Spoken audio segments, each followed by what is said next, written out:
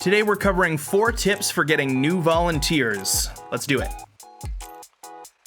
We are Ted and Lisa Snyder, and we are nonprofit consultants. We do this because we believe a better world needs healthier nonprofits. Today we are talking about ways to get new volunteers, and this is super important for us. We care so much about this because we recognize that volunteers are not volunteers. Nonprofits need resources. And a lot of times nonprofits are thinking, we just need more money, we just need more money, we just need more money. But a lot of times what you really need is new people, new volunteers, people who are committed to your organization and want to see it grow and thrive. A lot of times you don't need another staff member. You just need a handful of the right volunteers who are willing to partner with you. So we're going to talk about how to get some new volunteers. And you might even be thinking a little bit as you're watching this video, like, well, my situation is I need volunteers right now. Like, we're going to run an event in a little bit, and I know I need like 15 people. And like, how do I get these new volunteers? And so let's talk about it. Tip number 1. First of all, run an event that needs volunteers. Run an event that needs volunteers. You're basically creating a gap for yourself that you need to fill. Do you know how many nonprofit leaders we talk to who don't have any volunteers? Or maybe they have 1 or 2. It is so incredibly common. And typically, nonprofit leaders, you know that you need volunteers in your organization. You know if you had 100 people helping you, that you could accomplish so much more. And yet there's this idea of maybe down the road, I'll be able to hire someone and then they can handle the volunteers. Or I might need a volunteer, but I don't know where to start. I don't know who to add as a volunteer. I don't know what role to give them. It could just be too much. What if I get the wrong person? So start by creating the need. If you are not naturally someone who's going out to getting volunteers, or you know you need some more, run an event that needs volunteers. This is what we call the shallow end of the pool. It allows a lot of people to get involved, try something for a little amount of time, allows them time to get to know your organization, and for you to get to know them before you bring them on in a longer, bigger fashion. And when we say like an event that needs volunteers on the shallow end of the pool, like create an event that creates easy volunteer opportunities that don't require like expertise in a certain field, that don't require lots of training, all that stuff. Like it should like a good example of an event that would be a good one is like, we're going to go rake a bunch of leaves. Like a kid can come and do that. An adult can come and do that. Like creating an event that is easy for people to get involved and has a low barrier to entry.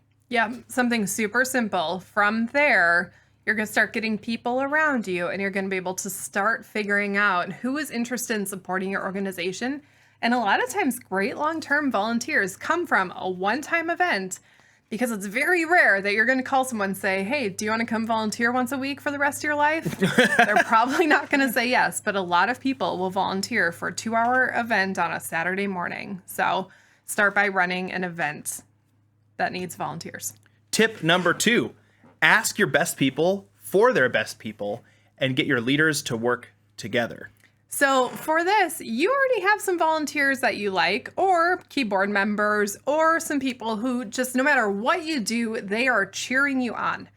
Ask your best supporters, whether they're volunteers, donors, board members, staff members, ask your best people for connection to their best people, their favorite people, the people that they know who might be, not that are interested in helping your organization, but that might be interested in helping your organization. And then as you start to hear about them, get your leaders to work together. One great thing that we've seen work across multiple organizations is if you have multiple leaders over different teams, get them to partner up to find new volunteers. Yes. You want to talk about this? Yeah. So specifically, we did this in a church, and it was a really, really helpful deal because, you know, the different leaders of the different teams in the church, like the kids ministry and the music and the, you know, office team and that kind of stuff and youth ministry, they would go out and into the lobby of the church after church, and they would talk with people and try to like see who would be interested in serving in their area after church. Well, they'd be talking to somebody and they find out, oh, they don't have any interest in being on the worship team. So then they like go on to the next person, like, oh, they don't have any interest in being on the worship team. But then we talked to them and said, like, figure out what they are interested in and make a handoff. Like, You're a team. There's a reason why you call your staff or your volunteer leadership team. You call them a team because they're playing basketball with each other, and like you got to like make the handoff. You're all working toward the same goal. This Yeah. isn't a competition with each other. It's a competition for whatever your cause is. Work together. Yeah, figure out, your leaders should understand what kind of people each other volunteer team is looking for in the organization so that when they're having a conversation with anybody, chances are they will be able to make at least some kind of connection for the organization rather than saying like, oh, I met another person that doesn't play music or whatever. Yeah, or I There are met a lot of another people. person who doesn't want to hang out with toddlers. Like, whatever it might be. Yep. I remember talking to someone and they mentioned that they were interested. It was in helping out with kids. I don't do stuff like volunteering with kids. I like my kids. It's not my wiring. But it was great because I was like, oh my gosh, that's fantastic to know. Here, let me introduce you to someone.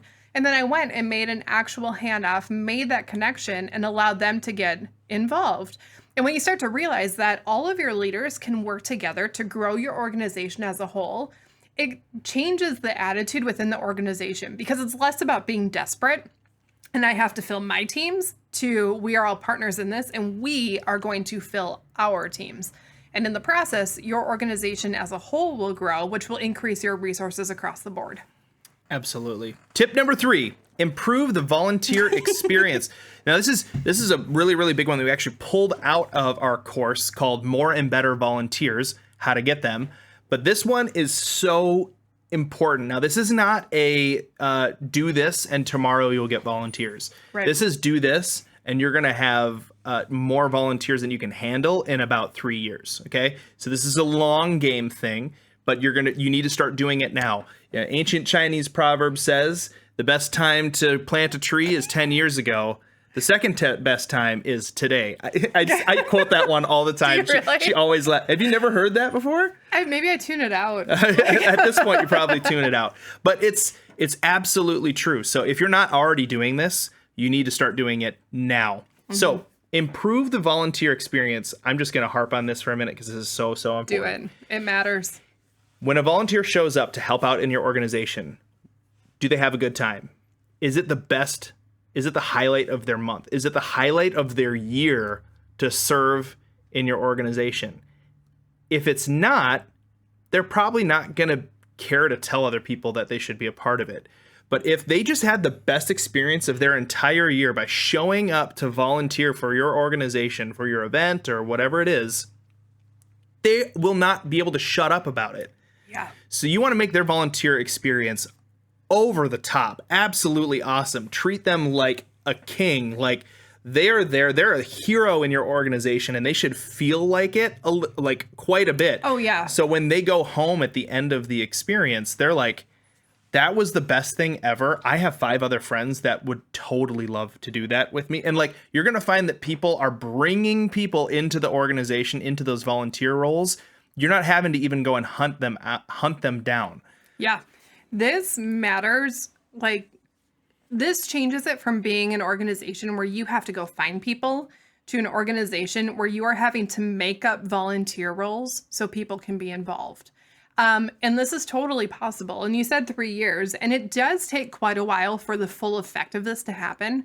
But even the changes that you start making right away, what you'll start to see is if you have a team of people and suddenly you make it enjoyable for people to be there, you start making little changes. It becomes just a little bit more fun. The atmosphere changes a little bit.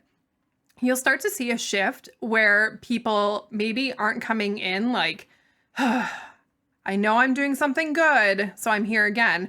And they'll start going in going, this is kind of cool. I'll stay an extra 15 minutes. I'll stay an extra half hour. Mm-hmm. And you'll start to see these changes right away in the first few months. And over time, you'll actually develop a culture where when someone joins, their thought is, I have a friend who would like to do this. And what'll happen for you as a leader is instead of spending all your time trying to find people to help and find people to help and find people to help, you'll be spending all your time saying, how can we grow what we're doing? Because I have too many people and I have to keep them busy. I have to find volunteer roles for them. And it's a really weird thing when that switch happens because we've experienced that. Yeah, And I know I said 3 years, but we actually implemented this and helped an organization implement this, and over the course of a few months they doubled their team size. yeah. And then they had to start being like, well, I mean, maybe we need a leader who's going to care for more people on this team. And they had to start actually building out structures, not because they had their org chart in mind, but because there was a pure desperation to make sure all of this influx of people was being trained well, was being taken care of, was being cared for, and was enjoying the work, which means they can't fully just enjoy the work if they see that their leader is running around just acting a mess. And I'll put one more little note on this tip before we move to tip number 4, and that is sometimes improving the volunteer experience isn't about making it better, it's about making it suck less. So there are some people that might be making the experience volunteerism for people, and they might be making it really awful. Maybe they have a terrible attitude. You went there. Maybe they're so true. Well, I'm just saying, like, if it's so undesirable to be there, you're only gonna be able to get people who are already super committed to be able to show up. A new person coming in and feeling the discomfort of someone who's got a terrible attitude, who just like I don't even know why they're showing up. They clearly are not having a good time. Let's just like oust them. Like, figure out a way to, in care and in being, you got to be above board as a nonprofit leader, because you want to still, have a good influence in the community that you're in. But you want to move that person out of that position to make that volunteer experience not suck as bad. Mm-hmm. Now, this is an example. It's not from a nonprofit, but it's incredibly, you'll understand. There's a salon owner, and she owned a salon and rented chairs to independent stylists.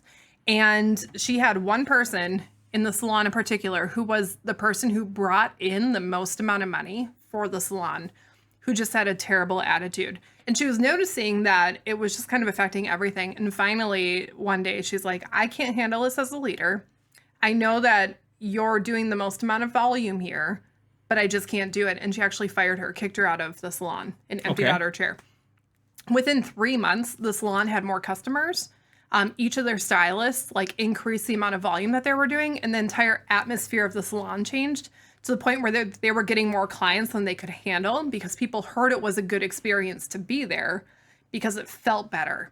Now, this is in a for-profit area, but this is people who are choosing to rent a chair at someone else's business. They are paying money, and that's the kind of impact that it had. And the salon owner made way more money off of it. Now, in the nonprofit space, it's even more of a reality because people aren't making a profit by volunteering in your organization. So if you have someone in your organization that sucks the life out of a room, you are going to struggle to get volunteers no matter how passionate you are, how much you vision cast what you're trying to do, and no matter how big of a difference that you are making. It's going to be difficult for people to want to stay around if you are not willing to cut the people who are destroying your organization's culture. And the thing that I'll add with that too, again, I'm just keeping adding things to this, but you're going to have a hole. It's going to create a hole, and you're just going to have to say, I'm okay with that hole for a while. Yep. That hole will get filled, and you're going to be in a much better position. But chances are the reason that you've been dealing with this person who's causing so many problems is because you're desperate. And you just need to say, I'm more desperate for better results than I am to have this one position filled consistently. Just make the decision to deal with the discomfort. Everybody in your organization is waiting for you to do it. They want you to do it. They need you to do it. Okay, enough on that soapbox. We're going to move to our fourth and final point, and that is leverage funds to find and gather your volunteers.